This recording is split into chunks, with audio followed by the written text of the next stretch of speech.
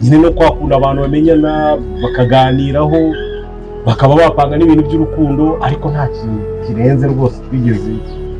dushyikiranaho cyatuma ahubwo we buri wasanga ari yararambitseho, abonye bidakunze nyine akavuga ati ntagumye kumuzengereza muri iyi nzira, ariko mu izina rya Yesu yaratsinze. Dayimoni y'umukobwa, iryo shyano ry'umukobwa inzengereza uvuga muri nigatiki cyo wamunyereka umuntu azengereza, umuntu akamuzengereza mu nzozi akamuryamye ntusinzire kubera ayo maheru ngo nibiragize. Si ubundi ubwo yagukunze mu buhe buryo ibyo ntabwo ndi kubikora. Ahubwo niyo nzaga kwifuriza si ibyo hino wabivuriza. Ashaka kuba dayimoni yatewe n'umurozikazi, ashaka kuba gutuma ibintu kuko ibyo bintu bikunda kuzira mu bintu by'imiyaga. Buriya umuntu arota umuntu cyane aba afite nk'amahembe ari kumushikisha, akaba ariyo mpamvu ari mu kugenda ibyo bihe rwose.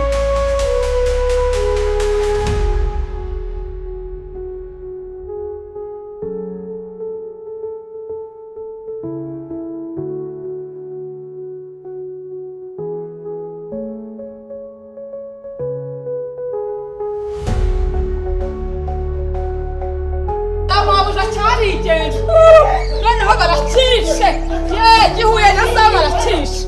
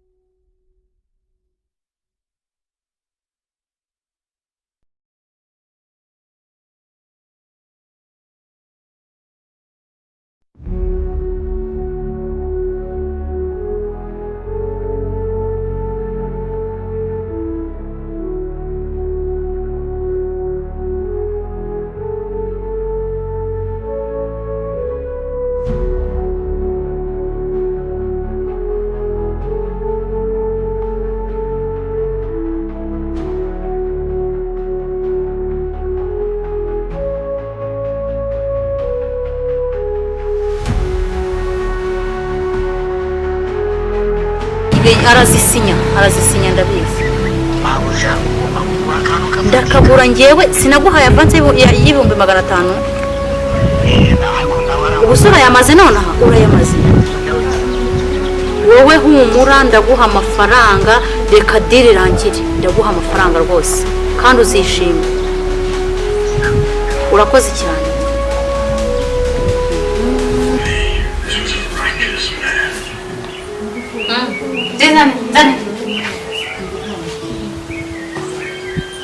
Joseph of Arimathea, a righteous member of the council who had not consented to this deed, obtained permission from Pontius Pilate to lay Jesus' body in a tomb before the...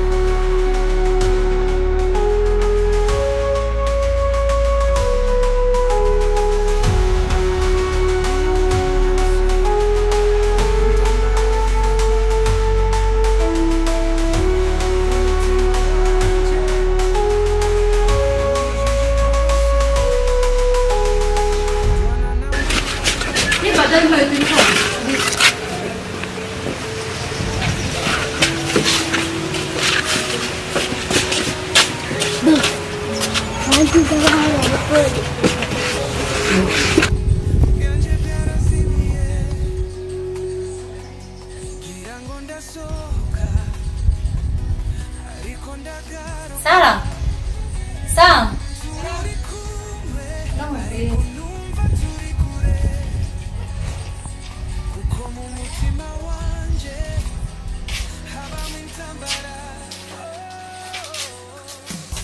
mbere gukora dutse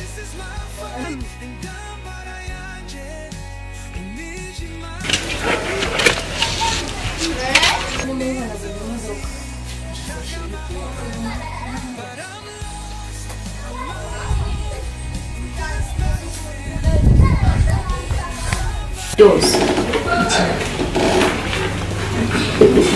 kamutsinyira hano mama ugafunga imbere y'umusozi hano iruhande hashyikira hano hano aha niho mbwiye gusinya sinya nta kibazo sinya vuba sinya kutari kurimo gutindaza ko biri kwabaza oya sinya humura gira vuba vuba baraze babitware ariko bafata ikaramu gute gira cishaho agakaramu nta kibazo icyo wakeneye ni umukono wawe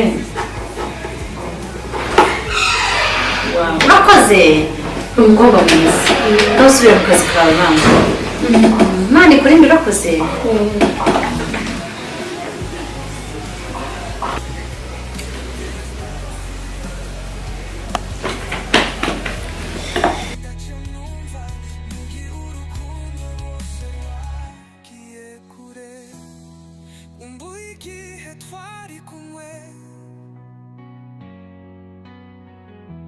ndetse n'ibyishimo byacu byari byiza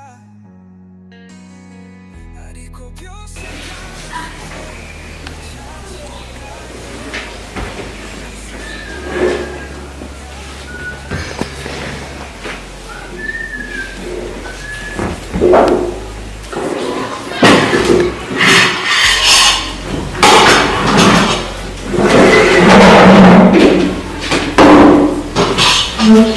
Sara, ko muri sale biragana bite ndaje gutunganya kuko ni muri amasuku kamere cyane neza cyane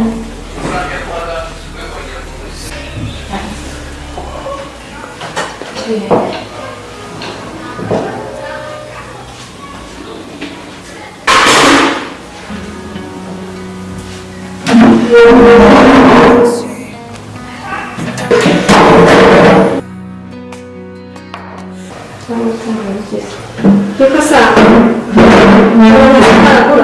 kubera iki cyari kitari musitari wacyo ko nayishyizemo cyangwa yaba ndende cyangwa yaba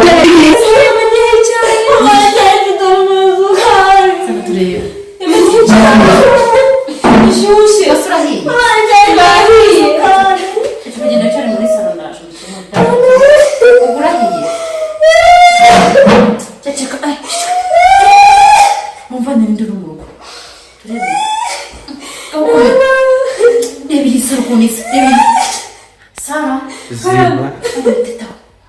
avuze ngo kora isaro neza soni umusore ahiye isukari ntabwo ziri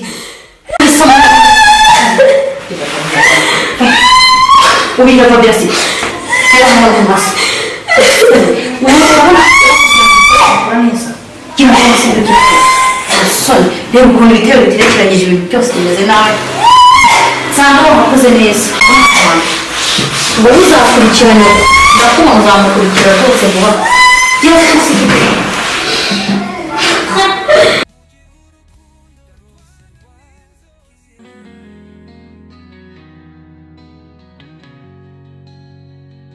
ndibaza niba wowe uzi uko byamera kubaho uri kumwe ariko umutima uri wenyine imihangayiko isohoka mu ijwi hanyuma ugasigara uhangayikishijwe ntacyo ubasha gukora ariko nje shaka gusohoka muri intambara ariko ho gukira ndushaho kugwa ukumva umubiri wanjye unyandikaho amarira. This is my war, this is my fight, intambara yanjye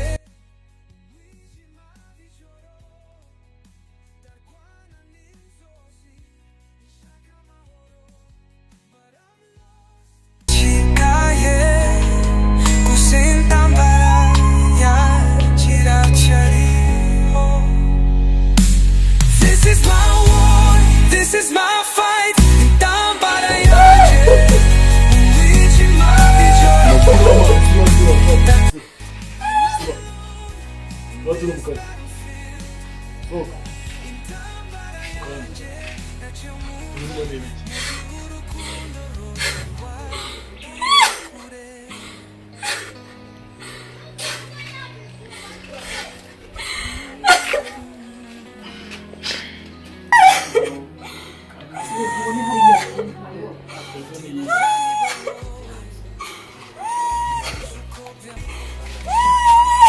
niba ikindi kumva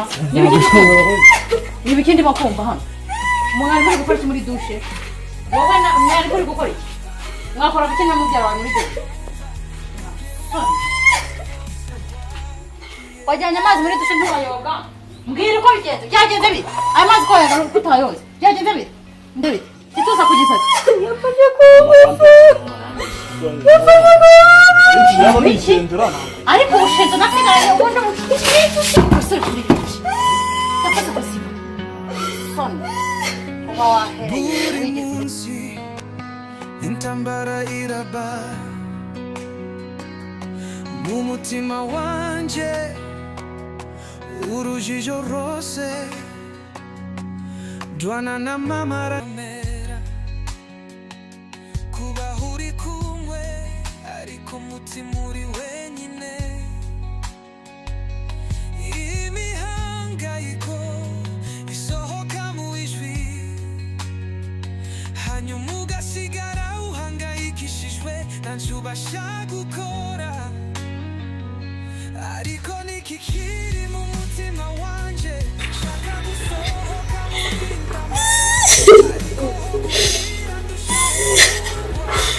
Mana ubuzima ndaburambiwe ndaburamije mu minsi y'ubuvuzi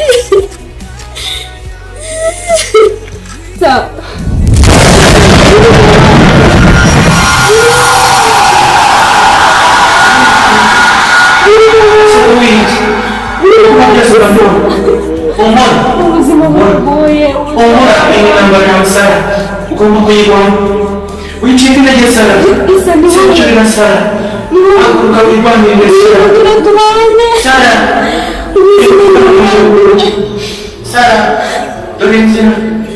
nicyo gihe guhaguruke ubereke icyo ushoboye bave mu mitungo ya data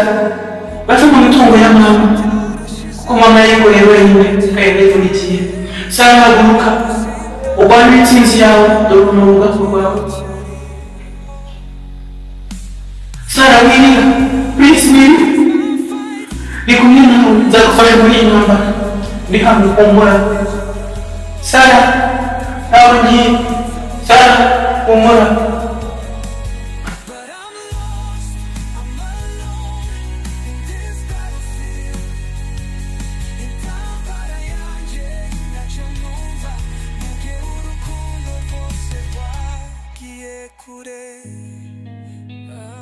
intambara yanjye